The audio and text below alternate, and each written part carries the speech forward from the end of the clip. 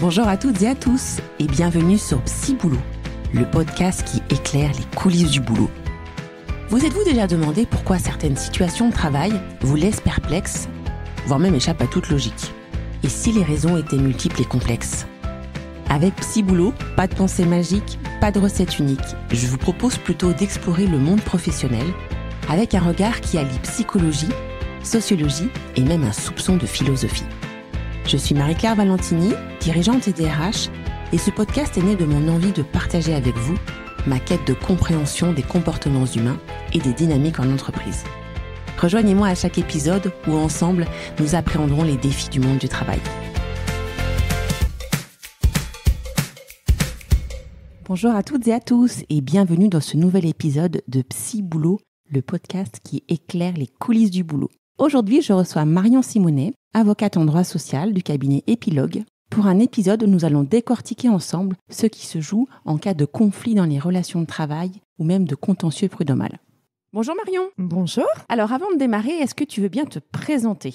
Alors, moi je m'appelle donc Marion Simonet, je suis avocat en droit du travail et ça commence à faire quelques années, une vingtaine d'années, ça fait un petit moment que je dis ça, donc peut-être plutôt 23. Je suis donc en charge d'un cabinet d'avocats avec plusieurs avocats, plusieurs salariés et à côté de ça, j'ai quelques petites autres activités de style chargée d'enseignement à l'université ou responsable d'une association de médiation. Ok, super. Alors, je démarre dans le vif du sujet. Qu'est-ce qui fait qu'on se retrouve aujourd'hui, qu'on soit salarié ou employeur, devant un prud'homme ? La plupart du temps, c'est qu'on n'a pas su lire les signes avant-coureurs d'une difficulté et qu'on a laissé les choses un petit peu dégénérer. C'est assez rare qu'il n'y ait pas sous-jacent au contentieux prud'homal une problématique assez personnelle, des fois un peu psychologique, qui n'a pas du tout été prise en charge.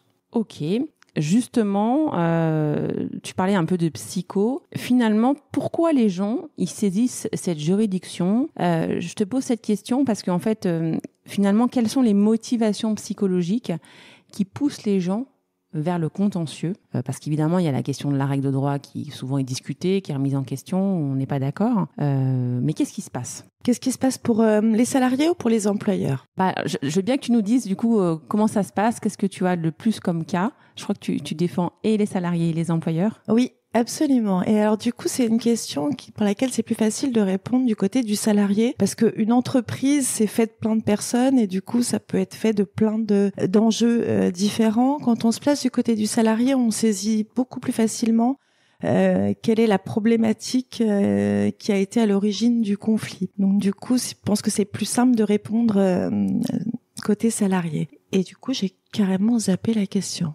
Ouais, je te disais, finalement, quelles sont les motivations psychologiques qui poussent les gens vers le contentieux ? Et je te pose la question parce que justement, il y a quelques années, j'ai siégé comme conseiller prud'homal à Lyon et j'avais été frappée à l'époque par la tournure très psychologique que pouvaient prendre les affaires qui étaient plaidées devant nous et que finalement, il y avait souvent un alibi, un prétexte qui était l'argent. Et j'aimerais bien que tu développes ta pratique.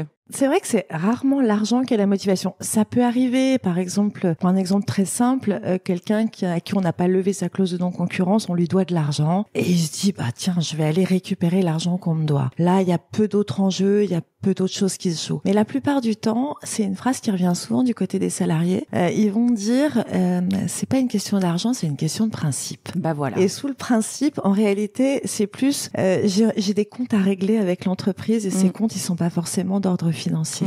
Exactement. C'est une affaire de principe. C'est ce que j'ai souvent entendu. Je veux bien que tu nous donnes un exemple ou que tu nous expliques c'est quoi ces principes qu'on vient réparer. On vient chercher. Les principes qu'on vient réparer, ils peuvent être multiples, mais il y a souvent quand même de la part, en tout cas, le salarié a le sentiment, parce que je peux pas dire si c'est exact, mais le salarié a le sentiment de ne pas avoir été suffisamment considéré. Alors ça peut être des histoires de promotion et aussi d'augmentation salariale, d'égalité de traitement, mais il y a ce besoin de reconnaissance qui transparaît souvent, le sentiment d'avoir été mis au placard, de plus être la bonne personne au bon endroit, de plus faire l'affaire, de plus être intéressant pour l'entreprise, le sentiment d'être harcelé, d'être discriminé. Et toutes ces choses-là, elles font vivre des mouvements d'humeur et des inconforts pour les salariés qui ensuite vont avoir envie d'une forme de revanche qui va se traduire par un contentieux judiciaire. Alors, c'est plutôt l'esprit de justice ou l'esprit de revanche, donc du coup, qui anime ces contentieux? Ça dépend des gens. Évidemment que tous les salariés sont différents. Moi, j'essaye justement, lorsque je les reçois, de comprendre ce qui se joue. Parce que j'ai le sentiment que la réponse que je peux apporter et l'accompagnement que je peux mettre en place, il est intimement lié à l'enjeu pour le salarié du contentieux qu'il va vouloir mener. Et qu'on va pas travailler de la même façon avec quelqu'un qui a une problématique de discrimination où il a le sentiment d'avoir été moins bien payé de ses collègues que quelqu'un qui a vraiment l'impression d'avoir été mis au placard et d'être inutile dans l'entreprise. Il a pas besoin de la même chose. Ils ont pas besoin de la même chose. Et alors, tout à l'heure, tu parlais de signes avant-coureurs. Et justement, d'après toi, c'est quoi les signes avant-coureurs qui doivent alerter sur un risque potentiel d'escalade ou d'envenimement vers le contentieux? Alors déjà, un salarié qui va subitement être en arrêt de travail et dont on subodore que cet arrêt de travail n'est pas une grippe ou une pathologie quelconque. L'arrêt de travail, c'est déjà un signal que le salarié va pas très bien. Et donc, c'est des choses à prendre en considération et peut-être de prendre les devants sans attendre le retour du salarié pour essayer de comprendre ce qui se passe, soit en questionnant en interne des collègues, en essayant de savoir si y a une problématique qui a été évoquée, soit même en essayant de prendre contact avec le salarié s'il est d'accord, naturellement, pour échanger avec son employeur. On reviendra tout à l'heure sur les conseils que tu peux donner justement aux dirigeants, aux managers, aux DRH sur ces sujets de signes avant-coureurs. Et alors justement, d'après toi qui es quand même aux premières loges, qui est une grande observatrice de ce qui se passe dans les entreprises, finalement, c'est quoi les plus grosses erreurs que font les entreprises quand il y a des conflits, quand il y a, par exemple, de l'absentéisme, de l'arrêt de travail? Quelles sont les plus grosses boulettes que font les entreprises? Alors pour moi, la chose la plus fréquente qui est faite et qui est mal faite, c'est de traiter tout ça un peu avec le mépris, en se disant que de toute façon ça va passer, la salariée ou le salarié va revenir, et puis justement de ne pas lire ce qui est en train de se passer, de pas comprendre les enjeux. Et malheureusement, ça coûte très cher aux entreprises parce que l'absentéisme, le turnover, le fait de devoir former des nouveaux collaborateurs, les trouver, les fidéliser, tout ça coûte énormément d'argent aux entreprises. Et je pense qu'elles auraient beaucoup de bénéfices à prendre plus soin de ces situations-là et d'essayer vraiment de comprendre ce qui est en train de se passer. Quand tu parles de mépris, ça se manifeste comment, le mépris? Alors le mépris, ça veut juste dire de considérer qu'il y a rien à traiter. D'accord. C'est circuler, il y a rien à voir. L'indifférence, quoi. Ouais, c'est de considérer que c'est pas grave ou que la situation est pas anormale, que l'arrêt de travail, ma foi, voilà, la personne va revenir et puis tout va reprendre son cours normalement. Sauf que quand il commence à y avoir un décrochage comme ça, c'est assez rare que le collaborateur revienne en n'ayant plus aucun souvenir de ce pourquoi il est parti. Et souvent, qu'est-ce qui se passe? C'est quoi l'étape d'après, quand le salarié revient pas? Quand le salarié revient pas, il est généralement déclaré inapte par le médecin du travail, qui sont des médecins assez faciles à convaincre de déclarer les salariés en inaptitude. Et puis, on est dans l'obligation de mettre un terme à la collaboration dans le cadre d'un licenciement spécifique lié à l'inaptitude. Et puis, voilà, l'affaire se termine, mais elle se termine sans aucune explication. Elle se termine de manière un peu abrupte. On ne sait pas parler, on ne s'est pas dit au revoir, on ne s'est pas expliqué. Et ça, pour moi, c'est un élément qui est générateur ensuite de contentieux. Oui, ça se transforme en règlement de compte, quoi. En ressentiment, en rancœur. Ouais, oui, comme on n'a pas pu se parler et résoudre la difficulté, confronter nos points de vue, il y a souvent un besoin ensuite d'aller au contentieux pour s'expliquer. Et c'est là, pour moi, le gros malentendu, c'est que un salarié, comme une entreprise, devant le Conseil des prud'hommes, ils sont un petit peu privés de leur voix parce que ce sont les avocats qui ont la parole, pas qu'on veuille absolument les les empêcher de parler, mais il se trouve que les magistrats nous entendent, entendent assez peu les parties prenantes au litige, et que du coup, là où ils auraient eu besoin de se parler dans le cadre d'un contentieux, en fait, ils se parlent par avocats interposés, avocats qui ont leur stratégie de défense propre, qui sont des fois assez éloignés en réalité du problème initial. Ok. Et alors du coup, quand ça chauffe dans une entreprise, quand ça commence un petit peu à se friter, pardonnez-moi l'expression, ton conseil pour faire redescendre le niveau de l'eau, pour éviter justement cet envenimement et cette escalade vers le contentieux, qu'est-ce que tu pourrais donner comme conseil? Alors, il n'y a pas un conseil unique, mais en tout cas, il faut faire quelque chose. Une bonne pratique, quoi. Ouais. Ça dépend de la taille de l'entreprise, ça dépend notamment s'il y a des instances représentatives du personnel, donc les plus grosses entreprises, plus structurées. Ça dépend si on a des référents harcèlement, ça dépend de tout un tas de choses. Mais d'une manière générale, il faut trouver le moyen d'un dialogue. Donc, soit on fait une espèce d'enquête en interne pour essayer d'entendre un petit peu tout le monde, en tout cas toutes les personnes proches du litige ou qu'on imagine proches du litige, pour faire un petit point sur la situation. C'est quelque chose qui peut aussi se déléguer à des services externes, et c'est pas mal lorsque on a les moyens financièrement de pouvoir déléguer à des services externes qui sont par définition neutres. C'est qui ces services externes?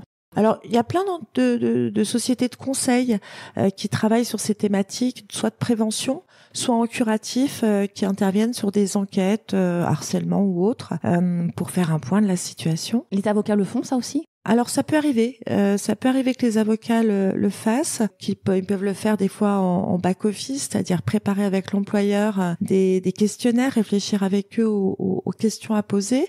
Il peut arriver que les avocats aussi le fassent en front office, en collaboration avec l'employeur et soient là aux auditions. Et puis parfois ce sont des acteurs externes à l'entreprise dont c'est le métier et qui vont venir auditionner les salariés et recueillir leurs témoignages pour faire une petite synthèse ensuite. Donc ça, c'est une des pistes. Il y en a d'autres, par exemple la médiation, qui est un super outil dans ces situations-là, puisque c'est un processus qui permettra à chacune des parties de s'exprimer et surtout qui permettra aux parties de trouver ensemble la solution à la difficulté qui a été identifiée dans le cadre de la médiation. Alors, c'est super que tu parles de la médiation parce qu'il y a quelques années, j'ai déjà entendu des avocats dire, même des copains avocats, mais ça sert à rien la médiation. Alors, est-ce que c'est parce que les avocats ont peur qu'on leur pique leur job? Et pourquoi il y a ce rejet des procédures de règlement amiable? Parce que c'est effectivement quelque chose qui a déjà fait ses preuves. Ouais. Pourquoi? On a tous nos croyances limitantes et que voilà, il y a certains avocats qui croient encore que faire de la médiation, c'est se déposséder de son dossier et donc un peu se priver de son gagne-pain. Moi, j'ai pas du tout cette pratique-là et ce retour-là. Et au contraire, je trouve que d'être capable de proposer la médiation à mes clients, c'est plutôt une valeur ajoutée pour moi. Et c'est comme si dans ma caisse à outils d'avocat, j'avais un outil supplémentaire par rapport à des confrères. Donc moi, je le vis plutôt comme un outil extrêmement bénéfique. Et puis après, si on raisonne en termes de services rendus et de besoins auxquels on a répondu, franchement, c'est sans commune mesure. C'est-à-dire qu'un conflit qu'on va résoudre devant une juridiction, on va le résoudre, comme je disais tout à l'heure, avec une stratégie d'avocat qui peut des fois être extrêmement éloignée du problème que le salarié aimerait qu'on résolve en fait. Donc voilà, non, la médiation dans ces situations, elle est vraiment intéressante. C'est un outil. Parce qu'on se parle quand on fait de la médiation. Là, parce que contrairement à ce qui se passe devant une juridiction, c'est les parties prenantes qui sont acteurs et c'est eux qui ont la parole. Les avocats participent aux médiations, bien évidemment. Ils sont des acteurs utiles de la médiation, notamment en phase de règlement et de rédaction d'un protocole, par exemple. Mais ils sont en tout cas pas au centre du débat lorsqu'il s'agit d'évoquer les faits, d'évoquer ce que les gens ont ressenti, d'évoquer les émotions qu'ils ont traversées. Bien évidemment, là, c'est plus les avocats qui sont au centre de la discussion. Je crois que c'est un processus qui est très structuré en plus. Oui, bien sûr, il y a tout un. C'est pas juste on se met dans une pièce et on taille la bavette, quoi. Il y a véritablement un processus dans lequel on amène les parties quand on est médiateur à évoquer ce qui s'est passé, pourquoi ça s'est passé, qu'est-ce qu'on a vécu, et à partir de cette mise en évidence de la situation telle qu'elle a été perçue par les uns et les autres, alors on peut véritablement travailler sur la résolution du problème. D'accord. Et alors justement, tu parles de problème. C'est quoi un dossier compliqué pour toi sur le plan humain ? Un dossier compliqué sur le plan humain. Ça m'est arrivé à plusieurs reprises de rencontrer des salariés qui allaient très mal. Et ça, c'est vrai qu'on n'est pas toujours armé. Moi, j'ai eu quelques fois... Je me rappelle notamment d'une fois une salariée qui était au bord de sa fenêtre et que je gardais au téléphone parce que j'avais peur qu'elle saute. Elle était vraiment... je sais pas exactement ce qui s'était passé pour elle dans son travail, mais ça l'avait placée dans une détresse énorme. Et moi, j'avais vraiment peur qu'elle saute, quoi. Et ça, c'est pas facile parce qu'on n'est pas... On est des experts pour ce qui est des textes, des procédures, mais après, pour la psychologie, on n'est pas armé pour faire ça. Est-ce que tu es d'accord pour dire qu'il faut être un peu psychologue pour être avocat ? Ou pas du tout ? Bon, en tout cas, moi, c'est mon approche. Je sais pas si c'est la bonne approche, mais moi, c'est comme ça que je fonctionne. Et parmi les toutes premières questions que je pose à quelqu'un et que je rencontre, et ça peut être le cas aussi pour un employeur. Là, pour le coup, c'est pas que pour les salariés, c'est de quoi ils ont besoin. Parce que moi, je sais faire des choses, j'ai de la technique, j'ai un petit peu d'ancienneté maintenant. Je peux avoir envie de me faire plaisir avec ma technique juridique, mais c'est pas du tout ce qu'on me demande. Et du coup, pour moi, ce qui est important, c'est de répondre à un besoin. Donc, je m'attache vraiment à le faire exprimer, que ce soit du côté de l'employeur. Par exemple, je pense à un dossier tout récent, là où on est en train d'échanger sur est-ce qu'on fait des propositions amiables, est-ce qu'on va dans une proposition pour un salarié qui fait un procès, ou est-ce qu'on le fait pas, quels sont les besoins de l'entreprise, est-ce qu'elle a besoin de régler ça et de passer à autre chose, ou au contraire, est-ce qu'elle a envie que soit jugé qu'elle a eu raison d'opérer un licenciement. Donc, une entreprise a aussi des besoins à satisfaire, et c'est encore plus criant sur un salarié. Il en a pas toujours conscience, donc parfois il faut un petit peu le cuisiner pour qu'il nous dise vraiment ce dont il a besoin. Il est aussi enfermé dans des logiques, donc il faut le ramener sur OK, j'ai bien compris le problème, mais je voudrais savoir qu'est-ce que vous attendez de moi en fait, où est-ce que vous voulez qu'on aille ensemble? Et ça, pour moi, c'est extrêmement important dans ma pratique d'avocat. Donc, tu disais que tu avais beaucoup d'expérience. Qu'est-ce que tu pourrais nous partager comme anecdote ou comme cas qui t'ait frappé sur les enjeux psychologiques, et en tout cas les enjeux humains qui sont attachés à un contentieux? Eh ben alors, je vais parler d'un gros fiasco pour moi. Ah. Alors, une fois, il y a des fiascos alors. Ouais, mais oui, il y a des fiascos, bien sûr. Et puis j'en ai beaucoup appris, donc je le partage assez volontiers. C'était il y a de ça peut-être une bonne dizaine d'années maintenant. J'avais défendu les intérêts d'un salarié qui avait une grosse ancienneté, plus de 30 ans dans une boîte. En gros, il avait fait toute sa carrière à cet endroit-là, et à un moment donné, on lui avait signifié que sa place était plus là. Et il avait été licencié pour des motifs qui étaient effectivement assez désagréables. Bref, je le défends et je gagne son procès, et je gagne plutôt très bien son procès, puisque je gagne 18 mois de salaire, l'équivalent de 18 mois de salaire, ce qui était vraiment un joli résultat. C'est des résultats qu'on n'obtient pas tous les jours. Donc j'appelle ce client toute contente de mon résultat. Et là, grand blanc. Grand silence. Et je me rends compte à ce moment-là que je n'ai pas du tout satisfait son besoin. Que, en fait, cet argent ne répond pas à sa problématique. Et il était même dans une logique de vouloir faire appel, alors qu'il n'y avait manifestement pas du tout matière à faire appel dans son dossier. Et ça m'a beaucoup questionné, en fait, cet écart entre ma perception du résultat et sa perception du résultat. Et c'est là que je me suis dit, mais en fait, déjà, l'argent résout pas tout. Mais surtout, manifestement, il avait besoin d'autre chose que ça. Et ça, je l'ai pas entendu. Et donc, je me suis vraiment plantée. Et alors du coup, ce loupé, tu penses que ça s'est produit à quel moment en fait où il y a eu un... Alors c'est simplement qu'il aurait fallu que moi je le questionne sur qu'est-ce qu'il attendait de la justice, qu'est-ce qu'il attendait de ce procès, de cette procédure qu'on avait faite ensemble. Et s'il m'avait exprimé qu'il attendait, je sais pas, des regrets, des excuses ou toute autre chose, alors j'aurais pu le préparer en tout cas à ce que c'était pas le bon chemin pour obtenir cette chose-là. Et peut-être qu'avec lui, on aurait dû faire de la médiation, par exemple, et pas faire une procédure judiciaire et lui gagner plein d'argent dont il se fichait complètement. On peut obtenir des excuses dans un contentieux ? Dans un contentieux, non, c'est pas le lieu. Enfin, en tout cas, moi, je l'ai jamais vu. Une lettre d'excuse, ouais, on n'a pas le droit de demander à son employeur une lettre d'excuse ? Pas dans un cadre judiciaire. Ça rentre pas dans les cases du code du travail. Mais par contre, ça rentre tout à fait dans les cases de la médiation qui ouvre plein de perspectives que n'ouvre pas le code du travail, en fait. Donc oui, dans le cadre d'une médiation, on peut être amené, et je l'ai déjà vu, des employeurs s'excuser sur pas forcément la décision qui a été prise, mais sur la manière dont elle a été amenée. Et souvent, la manière de faire, elle est plus destructrice, elle fait plus de dégâts que la décision en elle-même. On peut se séparer d'un collaborateur pour des bonnes raisons, et si les choses sont bien expliquées et bien amenées, parfois ça peut être un départ négocié où les gens finalement vivent bien la situation parce qu'ils comprennent la raison pour laquelle ils partent.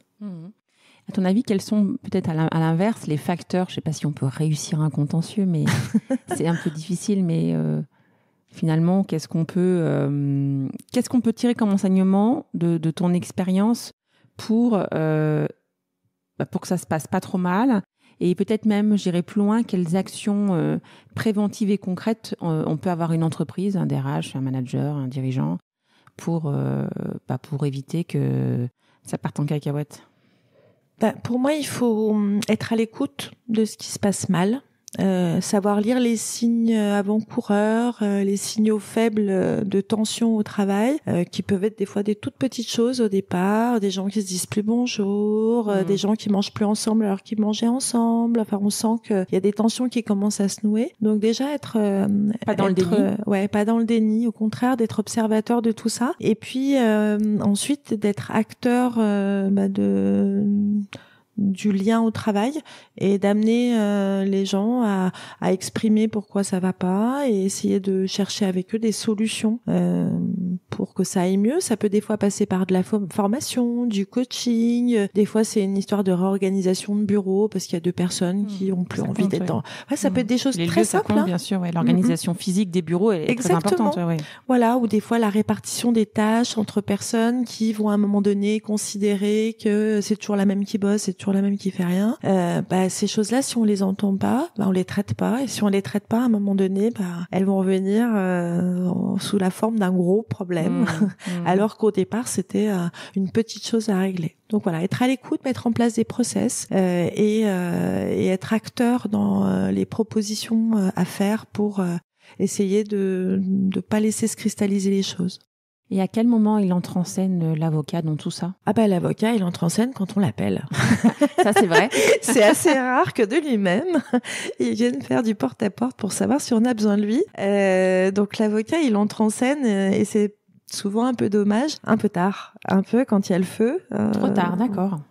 C'est rare qu'on nous appelle sur du préventif. Ça peut arriver, mais généralement on nous appelle parce que on veut attraire son employeur devant une juridiction ou on vient de recevoir une convocation devant le Conseil des prud'hommes. Moi, il m'arrive fréquemment d'avoir des nouvelles entreprises qui me prennent mon contact et elles prennent mon contact. Pourquoi ? Parce qu'elles ont reçu une convocation. Bien sûr. Donc c'est un petit peu tard. On aurait pu travailler avant. Mais qu'est-ce que tu aurais pu faire avant avec eux ?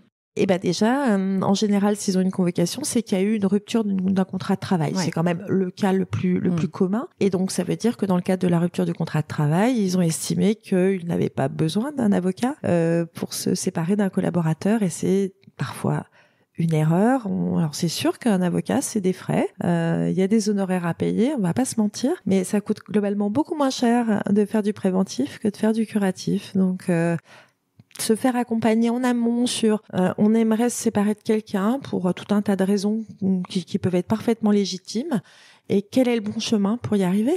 Est-ce qu'on fait une rupture conventionnelle ? Est-ce qu'on essaye une approche un peu douce ? Est-ce que, au contraire, la situation mérite qu'on agisse vite et qu'on mette vite un collaborateur hors d'état de nuire ? C'est plein de situations diverses, mais en tout cas, notre expertise d'avocat, elle est extrêmement précieuse dans ces moments-là. Ok. Donc, si je comprends bien, il faut observer, il faut se parler, il faut avoir le courage de modifier certaines choses dans le travail, modifier des fois l'organisation du travail, puis se faire accompagner, quoi. Se faire accompagner.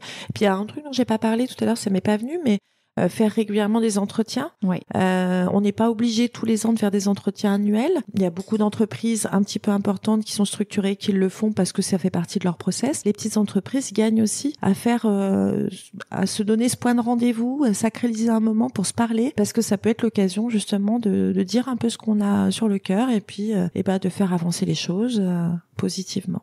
Et alors, quelle est la place des instances représentatives du personnel aujourd'hui sur ces sujets-là? On a peu parlé d'eux. On a peu parlé d'eux.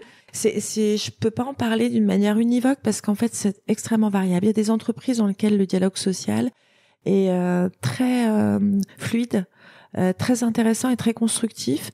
Et alors là, c'est des partenaires et des alliés pour tout un tas de choses. Donc ça peut être vraiment chouette parce que c'est des apports par rapport à des employeurs qui ont des façons de faire. Et il y a malheureusement aussi pas mal d'entreprises où le dialogue social est extrêmement compliqué, où se joue aussi tout un tas d'enjeux à travers les mandats protecteurs des élus. Et au final, où c'est relativement peu des alliés, c'est plutôt des ennemis dans la place que des alliés malheureusement. Donc ça dépend du climat social dans l'entreprise. Il n'y a pas de dogme, quoi. Ouais. Ok, super, merci. Écoute, pour terminer cet épisode, je ne sais pas si tu le sais, mais la promesse de ce podcast, c'est de repenser l'entreprise. Et comme j'adore les jeux de mots, repenser l'entreprise, ça évoque à la fois la réflexion, mais ça évoque aussi la guérison. Et alors, selon toi, de quoi ont besoin les entreprises aujourd'hui pour répondre à cette promesse ? Alors, il y a donc deux aspects, l'aspect réflexion et l'aspect guérison. L'aspect réflexion, il faut, à mon avis, qu'une entreprise soit ouverte sur l'extérieur et ouverte sur la vie de l'entreprise, c'est-à-dire à la fois être à l'écoute, ce que je disais tout à l'heure, et ne pas hésiter à se faire accompagner. Il y a vraiment du bénéfice parfois à faire rentrer des acteurs extérieurs dans l'entreprise pour aider et faire avancer la réflexion. À plusieurs cerveaux, on est souvent plus intelligent qu'à un seul. Et faire venir des gens qui ont d'autres pratiques, qui viennent d'autres milieux, je pense par exemple à des psychologues du travail, qui viendraient dans l'entreprise, ils ont forcément un regard différent d'un employeur qui est un acteur du pilotage de son entreprise, qui va avoir les yeux rivés sur les chiffres, les résultats et les enjeux financiers. Avoir quelqu'un qui dit « Ok, mais il y a ça et ça qui pourrait peut-être être amélioré », je pense que c'est de nature à faire avancer la réflexion. Et si on veut repenser avec un A cette fois-ci l'entreprise et donc être dans plutôt une forme de guérison, ou en tout cas de mieux aller dans les entreprises, là aussi, je pense qu'il faut pas hésiter à se faire accompagner par d'autres acteurs, que ce soit des avocats quand il y a besoin d'avoir une aide un peu juridique, mais ça peut être aussi des médiateurs et tout un tas d'acteurs qui pourront aider à aller mieux dans l'entreprise. Il n'y a pas de honte en fait à faire venir en interne des ressources extérieures, des coachs. Il y a tout un tas de métiers qui peuvent être très utiles. Et dans les grosses entreprises, on le fait assez volontiers. Dans les plus petites, c'est plus difficile, alors que ce serait souvent très bénéfique. Pourquoi c'est plus difficile dans les petites entreprises ? Parce que financièrement, c'est souvent un petit peu des budgets plus contraints. Et puis parce qu'ils n'ont pas le réflexe. Dans les grosses entreprises, on a souvent plein d'acteurs, des DRH, des DRH adjoints, etc. Et des gens qui ont mis en place des process. Donc, on va assez facilement mobiliser un plan de formation pour faire telle ou telle chose. Une petite structure, on a un chef d'entreprise et des collaborateurs. Et là, il faut compter que sur l'intelligence de la personne qui pilote. Et si elle se fait pas accompagner, du coup, elle aura pas d'autre cerveau que le sien pour repenser et guérir son entreprise. Merci Marion. Merci à toi. Merci pour cet échange plein de bon sens, très pragmatique. Et à bientôt sur Psy Boulot. C'est la fin de cet épisode. Merci de nous avoir écoutés. Si vous souhaitez nous soutenir, pensez à vous abonner et à nous mettre 5 étoiles. Avant de vous quitter, je vous donne rendez-vous sur ma page LinkedIn ou sur le compte Instagram de Psy Boulot si vous souhaitez échanger, me suggérer des invités et même venir témoigner à mon micro. À très vite sur Psy Boulot.